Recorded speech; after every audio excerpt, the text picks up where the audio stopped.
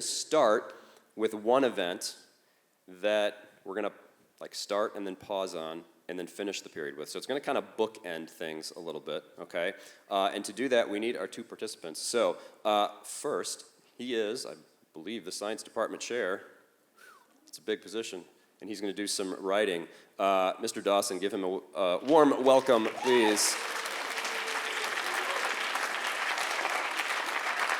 I was thinking to myself earlier, I appreciate a good necktie, and we had Mr. Brenner on stage earlier, who has one of the best collections in the school, but then I also thought to myself, like, second to none, really, is also Mr. Dawson, so, yeah, well done. That's Bugs Bunny. It's Masters Week. Oh, yeah, of course. Yeah, there you go. And then, he's been on the stage how many times? Just once? Just once, and rocked it. So we're hoping he does so again. Please welcome Mr. Gohr from the music department.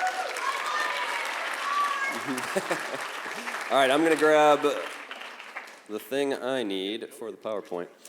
These guys are going to write poetry.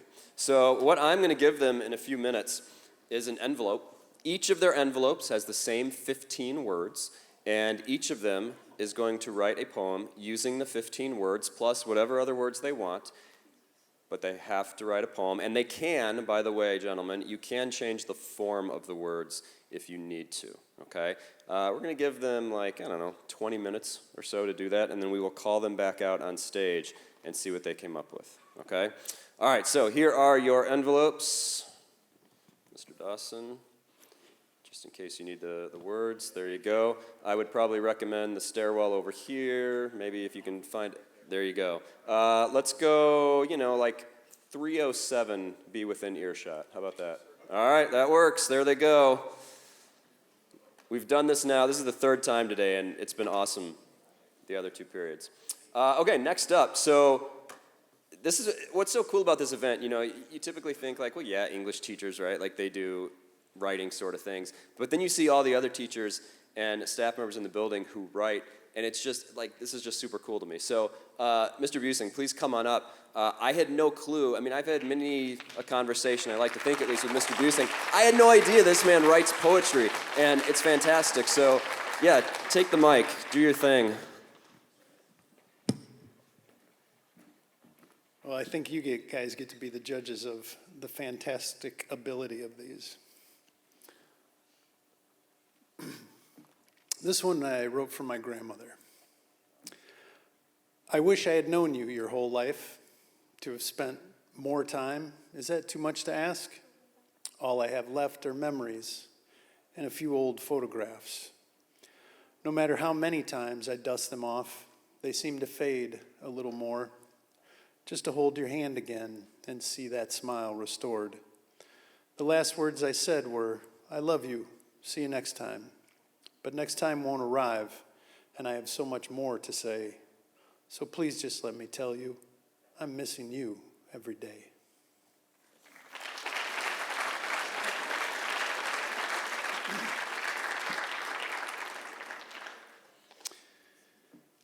And this one was for my father. Time always ticks, the metronome of life, measuring the beat of a song not yet written. Words, poems, thoughts, and prayers are impotent weapons against the perpetual passage of time. Children stay young, and parents grow older. The changes I see in him are mirrors of a future not yet mine. But I'm not so young anymore, and not so old to be wise. You must teach me what you have been taught. When I look at my father's face, I read the wrinkles of a man weathered by a life I have only just begun. But now another barrier is broken between me and fate's fortune. I stand the lonely sentry facing the future. I persevere at my post, protected only by the thought that the best parts of me I owe to him.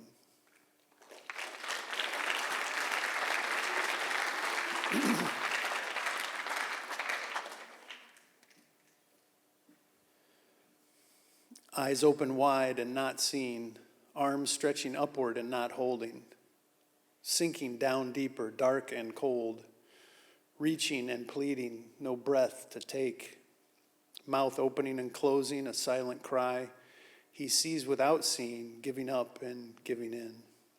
I propel him upward into air he breathes. I cannot.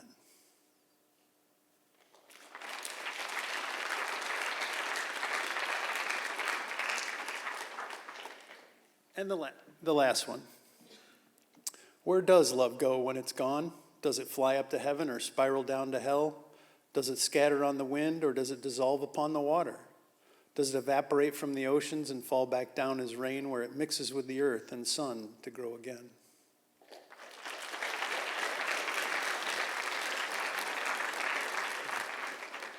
Short but sweet. Just a couple questions. It was just so cool when Mr. Buesing said, I got some poems I could share, and I was like, yes, that would be amazing. And then I took a look at them, and just how touching they are, and they come from such a depth. So lots of questions welled up. One of the first ones was just, how long have you been doing this?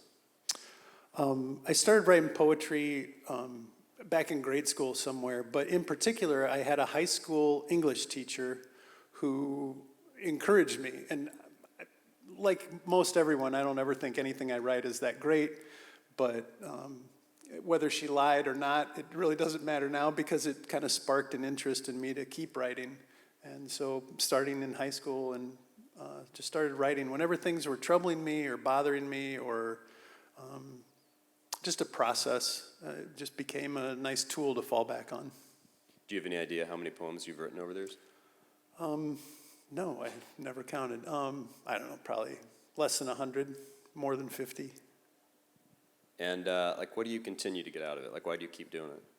Yeah, life is a roller coaster, and when you're going over the top of the hill and things are great and it feels fun, no one's ever worried about, oh my gosh, this feeling will last forever.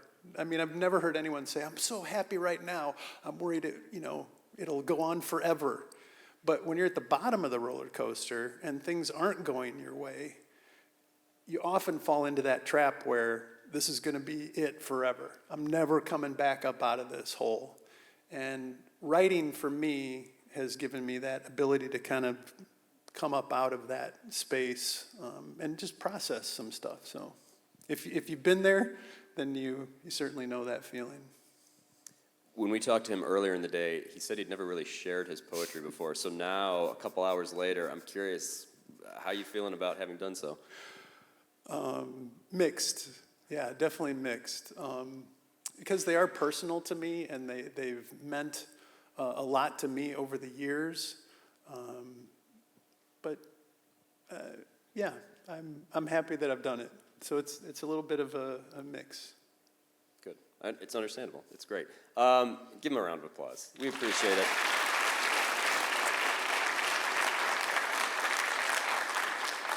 So we've got Mr. Buesing. We have another person who's going to come up and share their writing. And then we're going to have, of course, Mr. Dawson and Mr. Gohr come back out. And we're hoping at the end we'll have some minutes where you can fire some questions at them, things you're curious about, you want to hear from them. So if you have a question for Mr. Buesing, just hang on to it. We will hopefully get to it in a little bit. But thank you again. We really appreciate it. Next up, he also does some writing. He's not just good looking. Mr. Schmidt, you want to take the stage?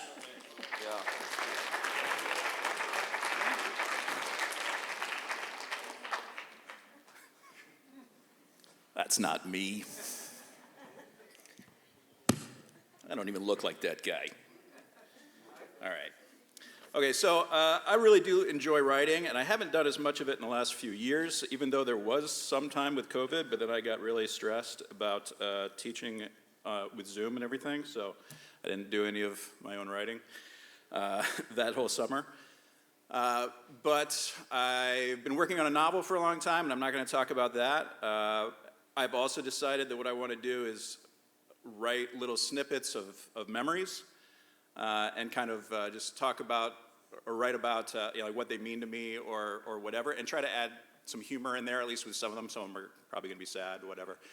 And I don't know exactly why I'm doing it, except that I like David Sedaris. I don't know if does anyone know who David Sedaris is? Okay.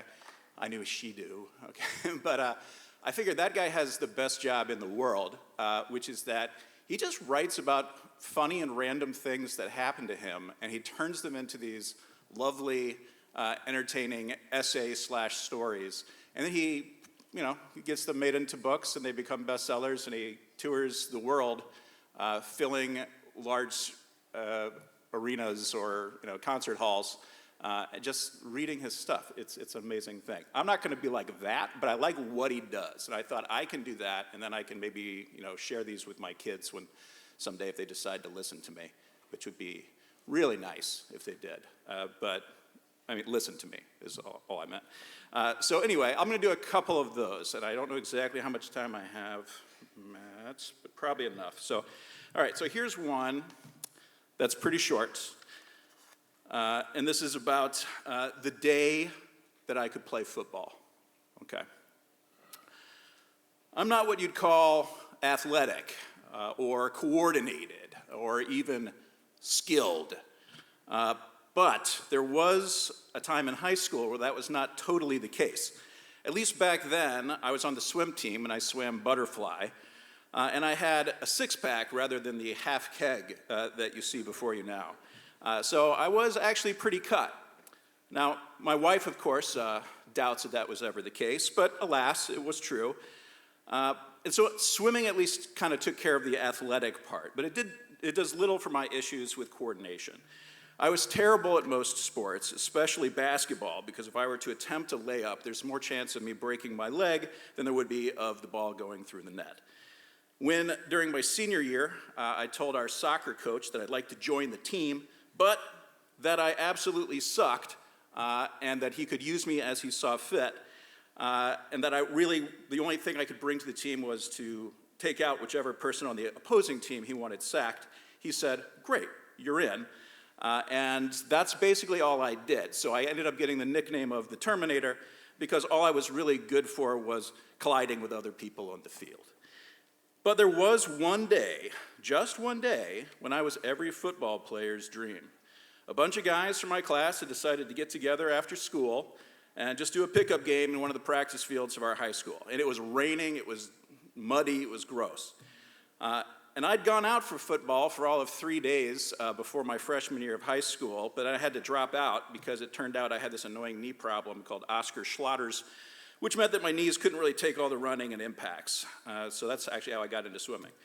I would grow out of Oscar Schlotter's in a few years, but football was really out of the cards. But I did play this one day. Okay, so on this day, in the rain, I was unstoppable. Maybe it was because of swimming. I was fast, I never got tired, and maybe the rainwater just made me feel like I was still in my element. But the thing is, I caught every pass for hours, and the QB kept throwing to me because I kept catching. The other team put 2 guys on me, but I moved like a fish and just kept jumping up and grabbing the ball.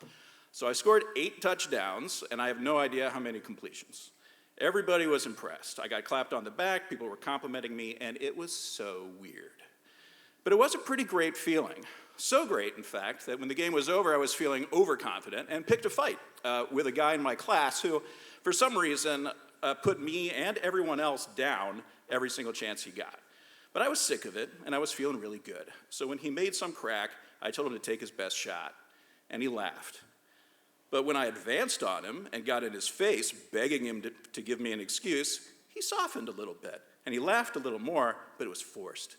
Then he flicked his cigarette away, which was so cliche, and declined to fight me. But I kept after him until it was perfectly clear to everyone that he was just a wuss. And that was beautiful too. So the next day, I walked into Springfield High School with new confidence. I was a champion, a star, a legend. For about a minute, because that's how long it took for me to realize that only about 20 people had been there to see my victory at the game. It was just a pickup game, and so really nothing had changed. But it meant something to me because I chose to believe that it did. I knew something I hadn't known before. I could play football, and if I could do that, maybe I could do a whole lot more. So, there you go.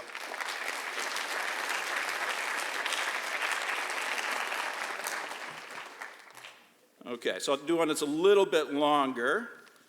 And this one I did once before Writers' Week, but I don't think anybody, unless you're a teacher, would remember it because it's been too long. All right. So this one is the importance of every single word.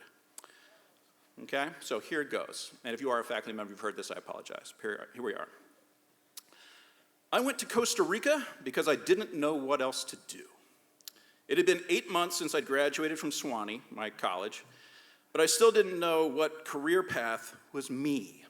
Yes, teaching was an option, but I also wanted to fight crime, defy norms, and see the world. I wanted to do everything, so any choice I made about a career felt incredibly limiting, and I was very frustrated, especially since it meant that my ex-girlfriends were totally on the money when they had said, "You have serious commitment issues, Craig." They were correct. Okay. I was left wandering, feeling guilty and kind of worthless about wasting my college education, but I still couldn't decide which direction to go in. Desperation drove me to drastic measures. I went to somewhere strange and new, somewhere where I knew no one, somewhere where I could barely speak the language, because my Spanish is not great, and basically I cut myself off from my life so that I would be forced to figure myself out. So that's what I did. I went to Costa Rica, and one night I climbed up onto the roof of my hotel and sat overlooking the vast Pacific, listening to the waves crash on the shore. I could see constellations and colorful galaxies, more stars than I'd ever seen before. And the most amazing aspect was that I couldn't actually see the division line between the glimmering ocean and the twinkling sky. It was like the ocean was far below me, but somehow curved back around and over my head, wrapping me in a loose infinity blanket of stars. It was like the universe was comforting me and inviting me.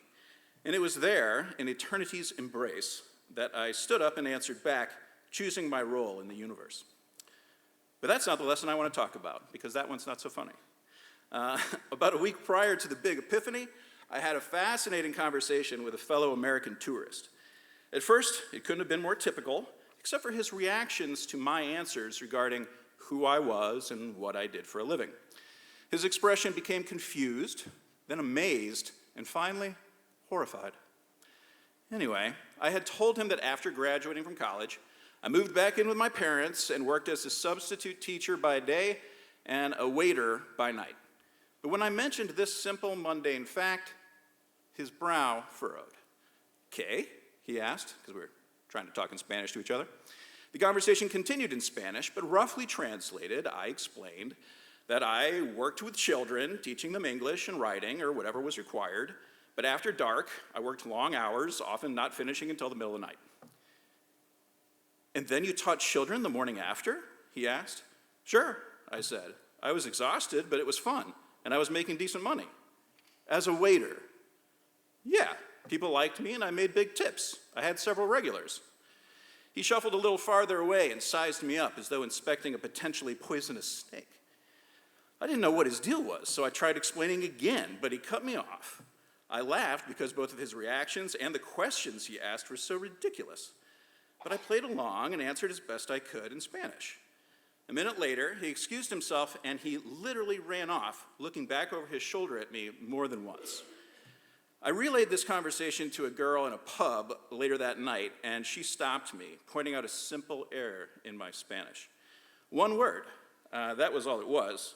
Just one simple word. You see, in Spanish, the word for waiter is camarero, but I had messed it up using caballero instead, which is the word for gentleman. It's not a big deal under normal circumstances, but then I considered my responses from the American tourist dude's point of view, and our conversation took a whole new meaning. So, in his mind, it went something like this. "After teaching, I work as a gentleman, working long hours into the night. It's exhausting, but a lot of fun. The money is great. I'm very popular, good at my job, and people obviously like me. I get big tips and have several regulars." And that's when his follow-ups got really weird. "Do you serve women?" "Yes." "And men?" "Sí, claro, of course." "And you like it?" "It's great. I have fun and make sure everybody else does too." He shook his head, hands on his hips, looking at me incredulously. I stood my ground and broke the creepy silence. "So I guess you've never worked as a gentleman," I said. He snorted as if such a notion was impossible, but I countered with, "I think everyone should work in the service industry for at least a little while. It teaches you a lot about people and what they really want." And that's when he ran away. That's also when I learned that in communication of any sort, every single word is vital. As Mark Twain once said, use the right word, not its second cousin. Because I did not follow that advice, I can only imagine what that guy I had been talking to assumed about what my relationship with my second cousin might have been. The point is, you want to be specific with your word choice, always. When you're writing or speaking publicly, obviously, but even in day-to-day interactions, because a small mistake can send a whacked-out message. In this case, the damage was minimal. In fact, I'd say the situation worked out with the best possible results. Number one, I learned a valuable lesson without damaging my reputation or making anyone feel bad. Number two, I had a pretty good laugh about it. And three, as an added bonus, there's a guy out there telling an amazing Dr. Jekyll and Mr. Hyde type of story about the time he met a substitute school teacher / bisexual male prostitute. And I think that is pretty fantastic. All right.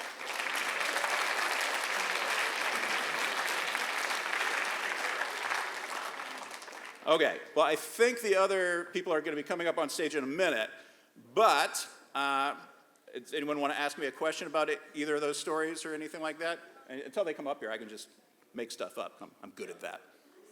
Okay. Anybody? You don't have any questions about that story? I mean, yeah. Yes. How long did you live in Costa Rica? I was there for 6 weeks. So I was taking some Spanish classes, and then I just kind of bummed around the country and toured it by myself, which I don't totally recommend, just because I found while I was there that if you're traveling by, at least for me, traveling by myself was not nearly as rewarding as if I'd had somebody I actually could have talked to the whole time. So my Spanish got a little bit better, but, other than that, that's it. Okay, I see some hands in the back. So did you stay in one spot in Costa Rica, or did you travel like the whole country? Definitely not the whole country. I stayed with a family in San Jose, which is the capital, which is like in the center of the country. But for about 2 weeks then, at the end, or maybe it was 3, I just used their house as like a home base, and I would travel to this place or this rainforest or this other rainforest or whatever. So yeah, I didn't see the whole country though, but yeah, I did that sort of thing. Another question in the back. After your trip, do you think you figured yourself out? Yeah, I did. It was there that I decided that I really did want to teach. But then I didn't jump right into teaching immediately. I also decided that I didn't want to live in Alabama, where I had been living at the time, because I hate country music. So I had to leave the South because I don't like country music. So then I moved to St. Louis, Missouri, and then I had to get certified in the state of Missouri. So there was like a little bit of a time there where, I wasn't just like jumping right into the career or anything. But I was teaching within a couple years of graduating from college, and then eventually I moved up here and whatever. So, other questions?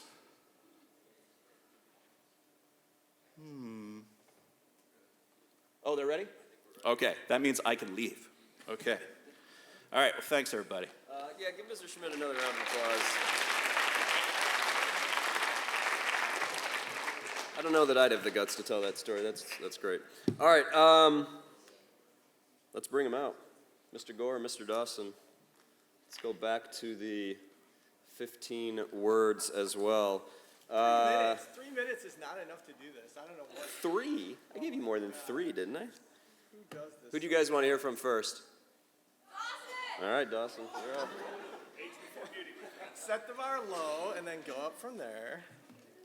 All right, let's see what I got here.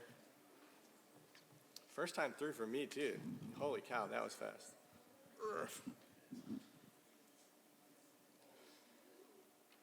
I begin slowly, like a seed in the ground. I can hear. I'm confused. I can smell. I'm confused. I can feel. I'm confused. It's dark. I need help. I cry. I eat and grow bigger. I suck on my finger. I crawl. I can move. It's a gift. I'm so swift. I'm climbing a chair. I'm up on the counter. I grab. I bite. I flatten. I taste. I let the taste hover. I hear a strange sound and I scramble for cover. I begin to understand. I eat and I grow bigger, getting stronger, more aware, less confused if I compare. I stand. I walk. I run. I see beauty and anger. I feel inspired and doggedly tired. I talk, I hear, I begin to understand. I'm really moving through it now. Bring on the world. I want to learn how. Why should I study? This is all crammable. Be careful in lab. This stuff is all flammable. Math, it's just numbers. Words, they're just letters. I'm in love. I know everything. I break up. I'm confused. I connect again. I know everything. I work, I play, I work, I work, I work, I work. I slow down. I see a likeness of my former self. I hear a clip that triggers a memory. I begin to understand the end is coming. I pause. I remember I was an avid fan once upon a time. I see less. I hear less. I taste less. I slow down. Where did I put that key? I try again. I succeed. I try again. I fail. I slow down. I forget. I'm confused. Am I confused? I forget. I need help. I cry. I don't hear. I don't see. I don't know. I end.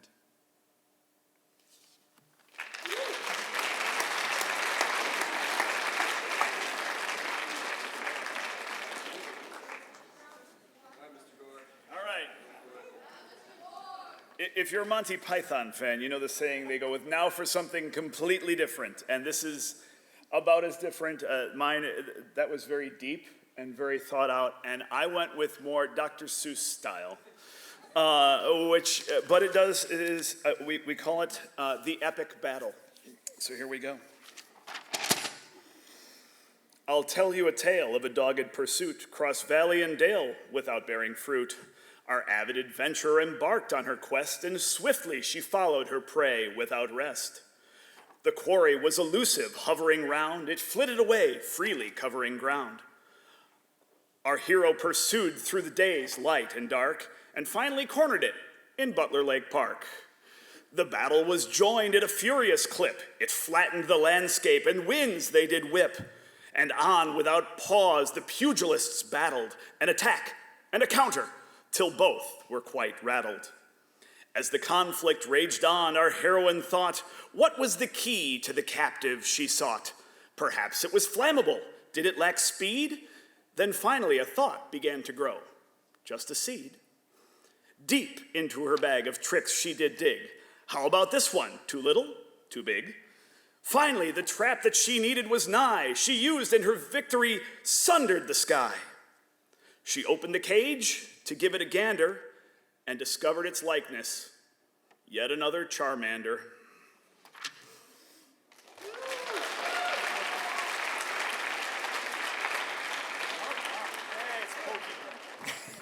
Well done indeed. Let's bring all four of you up to the front, to the couch. We're just going to throw some questions at you. Schmidt, Buesing, you too, if you don't mind. So, yeah, we're going to start with Dawson and Gohr. Here, I'm going to give you this mic.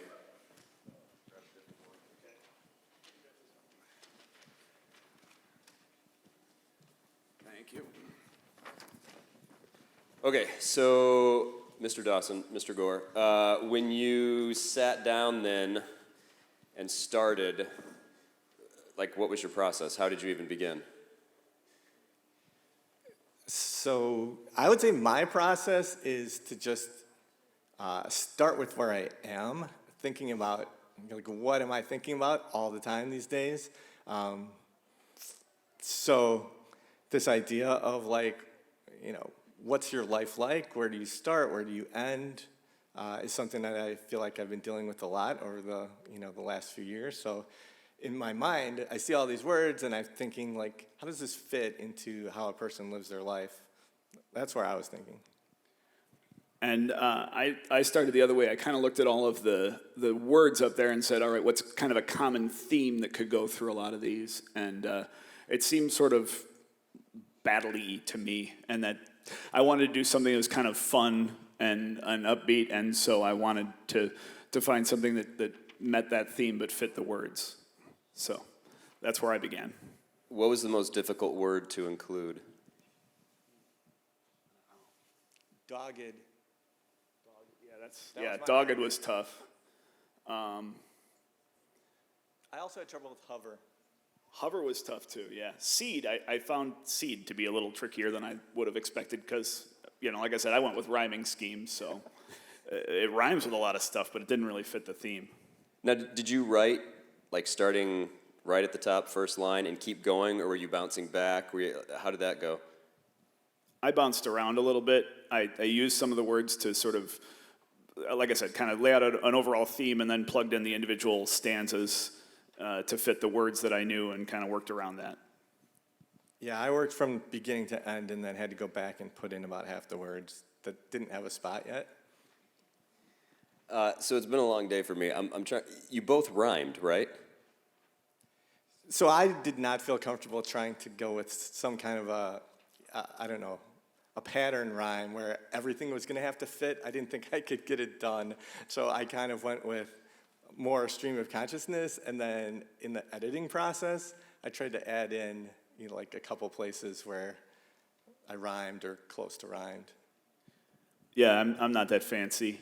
I just, like Shel Silverstein and Dr. Seuss are about my level, so that's what I aimed for. It's impressive. There was another question I was going to ask. Hang on a second. Simple question. So, having done this now, reaction.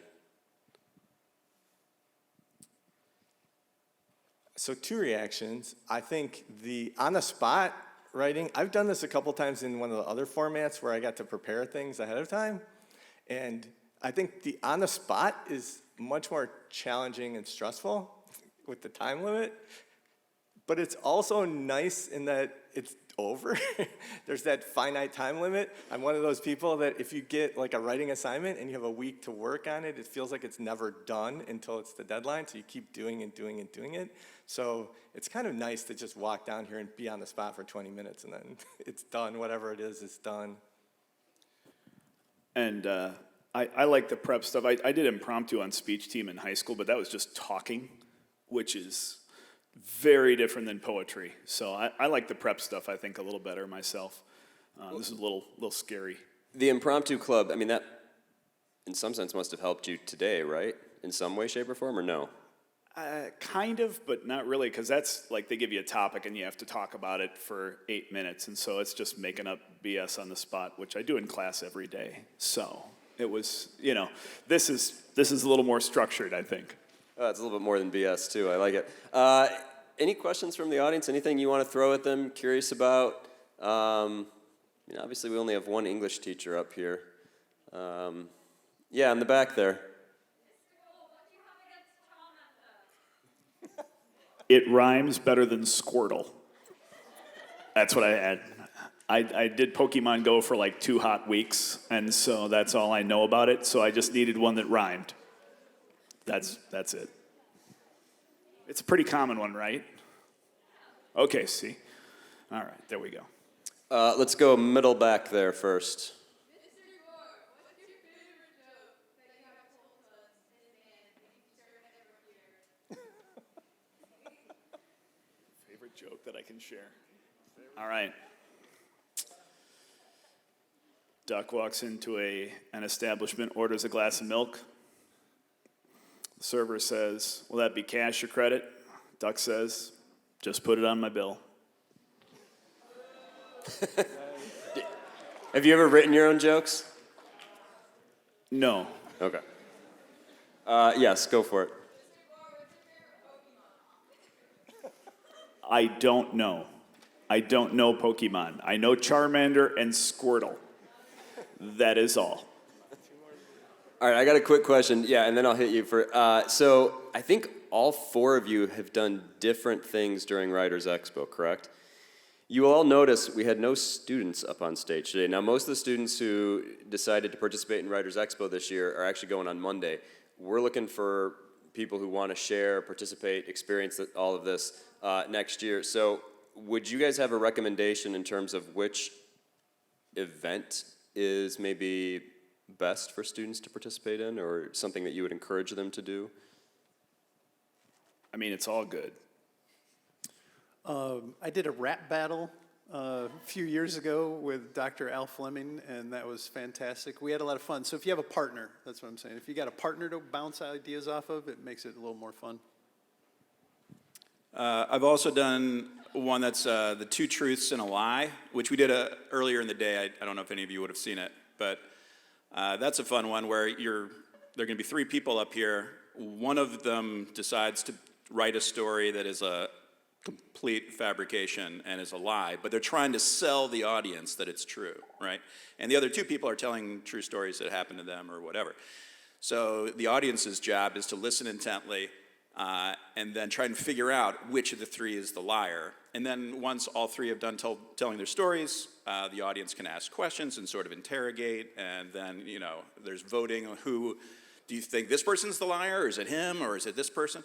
And then, of course, the truth is revealed and all that. And I think that's a lot of fun, but you also have to coordinate that with the other two. Like, only one of you can be a liar. So, but if you like storytelling, that's a fun one, because you can do anything that's school appropriate, So I think that's a lot of fun, too. But I think I can see a lot of people wanting to do what you guys did, where it's just like, you know what, you've got like your 15 or 20 minutes, and, you don't have to spend hours crafting it. It's just boom, and it's done. Mr. Dawson, you did the Two Truths and a Lie once, right? I did, and I would highly encourage anybody who has a story that's true, that's unbelievable, to volunteer. It's much easier, I think, to be on the lying person, because you've got the whole universe to come up with something that you think you can fool people with. I found it harder to be on the truth side, to come up with something that seemed implausible enough that people would think it was the lie. So if you have like a good experience that you don't mind telling people about, that they would think, no way, that can't have happened to you, volunteer. That's really helpful for the panel, I think. Yeah, totally. All right, I said I would go back to a question that was back there. I feel like there were more people back there last time I looked over there. Yeah, okay. Any other questions? Well, let me put one more plug. I didn't do any of the prepared stuff, but all the folks who have done the prepared stuff, it's really great. And I know we get to see a lot of your work in Slant of Light and some of the other publications that are out there, but it's scary to put yourself out there up on stage, but lots of respect for the folks that do that, both the teachers and the students. And if you've got something that you feel comfortable enough to share, please do. It's always great stuff. Yeah, I'll second that. And he mentioned Slant of Light. If you're not familiar with Slant of Light, it's our literary arts magazine here at LHS every spring. It's coming out this year, probably sometime early May, late April, whenever they decide to send it to us. But it's filled with your peers' writing and art. We even have an Instagram account you can follow. It's just at Slant of Light LHS, and we try and post this time of year, once a day, some students' artwork, and usually during Writers Week or Writers Expo, we try and post some writing too. So that might be something to take a look at. But yeah, not much time remaining, but let me just say, so Monday, if you're coming back, or if your teacher's not coming back and you want to convince them to bring you back, Rach Jackson's going to be here. She's a fantastic local poet, Chicago. The book that she published a couple years ago was named the best book of poetry by a Chicagoan that year. She's very dynamic. She's got a lot to say, and some really just poignant, deep stuff that she deals with. So, yeah, we hope you come back. We hope you enjoyed today. Can we give just one more round of applause for our participants? Thank you so much, guys. All right, we got about 30 seconds, so have a great weekend, yeah.